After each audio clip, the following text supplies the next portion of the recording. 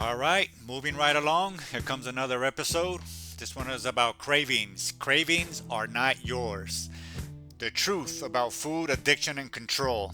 I don't like using the word truth. It came up there on the title, but the truth is objective and changing. It's a moving target, okay?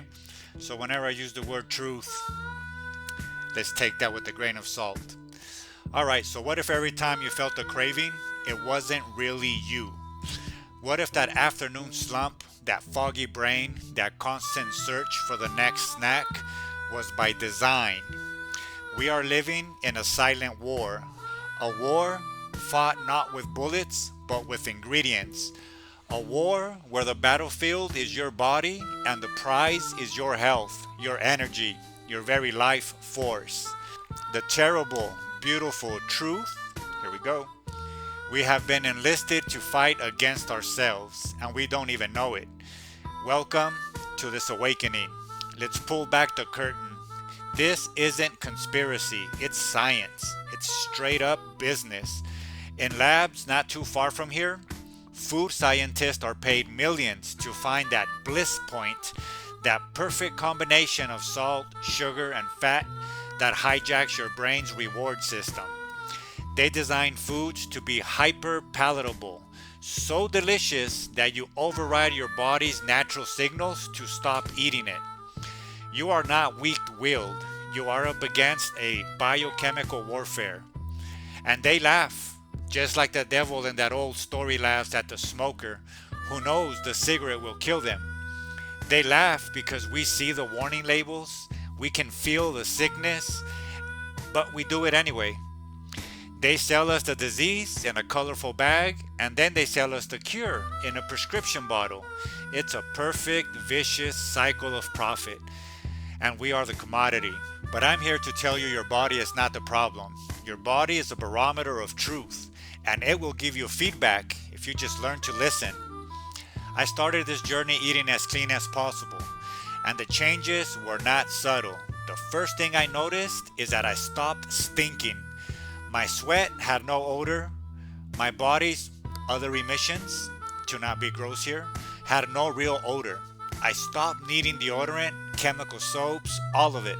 And here's the proof that it's a direct response to the toxic poison they feed us. If I slip up, if I have some of those ranch flavored chips or a soda, flavored being the key word of deception, within hours, my body lets me know. The odor returns. It's my system expelling the toxins, sounding the alarm.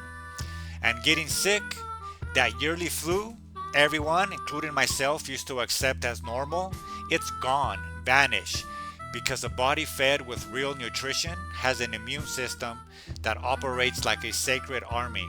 But to be honest, this didn't happen overnight. It was a pilgrimage. First, I cut meat, then dairy. And after a little while, even eggs. The universe made that one clear with a single rotten message that I couldn't ignore.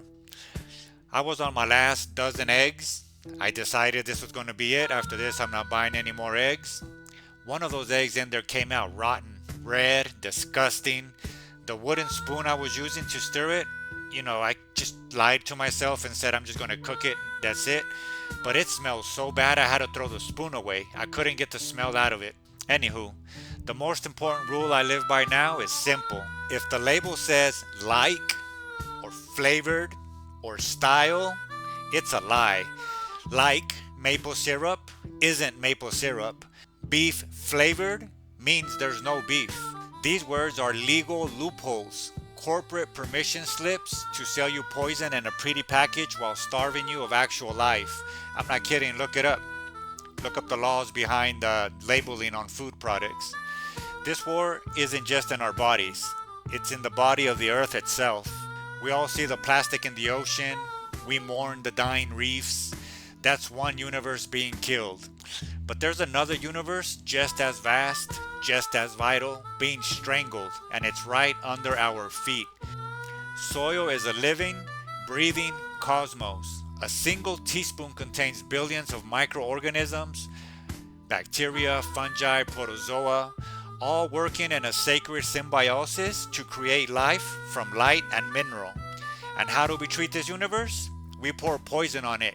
We cover it with concrete.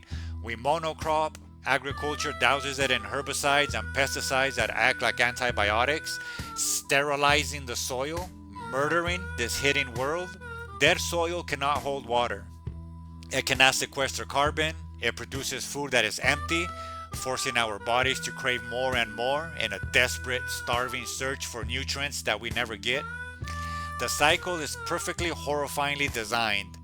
Poison the soil to grow empty ingredients, process them into addictive products that make us sick, and then sell us medicine to manage the symptoms.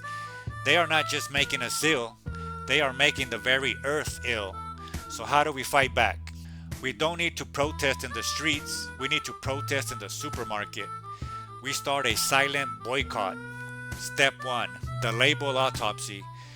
New rule. If it has a word you can't pronounce or wouldn't find in your grandmother's kitchen, put it back. Like is a lie. Flavored is fraud. Step 2. Perimeter power. Shop only the outer edges of the grocery store. That's where the real food lives. The inner aisles are the processed kill zone. Don't go there. Step 3. One meal rebellion. Commit, at least for now, to one meal a day, just one, being 100% whole, unprocessed food. Feel the difference. Let your body remember what real energy feels like. Step 4. Find the source. Go to a local farmer's market just once, look a farmer in the eye and ask them, how do you care for your soil? That connection alone is a revolutionary act. This is how we vote. Not every 4 years, but every single day with every single dollar. When you do this, something miraculous begins to happen. It's more than just better health, it's a shift in consciousness. You begin to shed the old isolated identity of consumer, and you germinate something new, the ecological self. Your sense of I expands to include the microbes in your gut, the farmer who grew your food, the living soil that nourished it, the water that hydrates you. You realize that your health is not a personal project, it's a planetary one. Every clean meal is an act of reciprocity, a sacred exchange with the web of life. Respect for your own body becomes inseparable from respect for the body of the earth.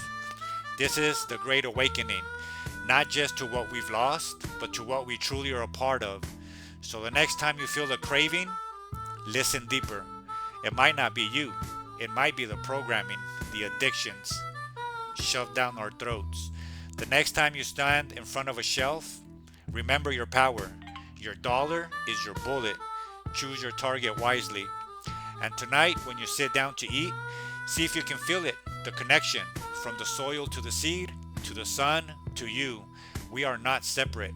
We are all participants. The war is silent, but our bodies and our choices can be the revolution. The earth is waiting for us to remember. Thank you for listening. Until next time.